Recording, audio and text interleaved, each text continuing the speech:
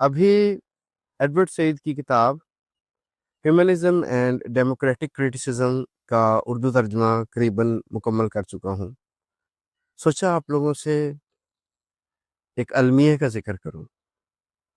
2026 جب سے شروع ہوا ہے تب سے لے کر اب تک میں اس کتاب پر کام کرتا رہا ہوں، مختلف حوالوں سے وقفوں کے ساتھ فارغ وقت میں اس کتاب کا ترجمہ کرتا رہا ہوں.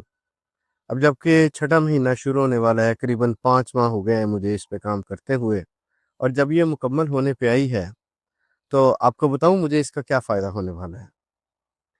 مجھے پبلشر صاحب فرمائیں گے کہ آپ اپنے سیلف فائنانس خود پیسے لگا کر اس کو چھپوائیے اور خود بیچیے، یا دوسری صورت میں اگر آپ چاہتے ہیں کہ ہم لوگ اسے بیچیں اور ہم لوگ پیسے لگائیں تو پھر یہ ہماری کتاب ہے، اس کے حقوق بھی ہمارے ہیں، اور آپ کو جو اس کا فائدہ یہ ہو سکتا ہے کہ آپ ہم سے 50% قیمت پر 100 کاپیاں خرید لیں یا 50 کاپیاں خرید لیں، اور مجھ پر وہ انتہائی احسان کریں گے.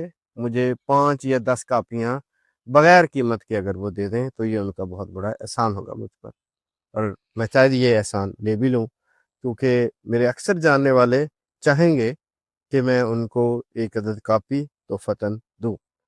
تو 6 مہینے میں نے کام کیا اور اس کا نتیجہ مجھے یہ ملا.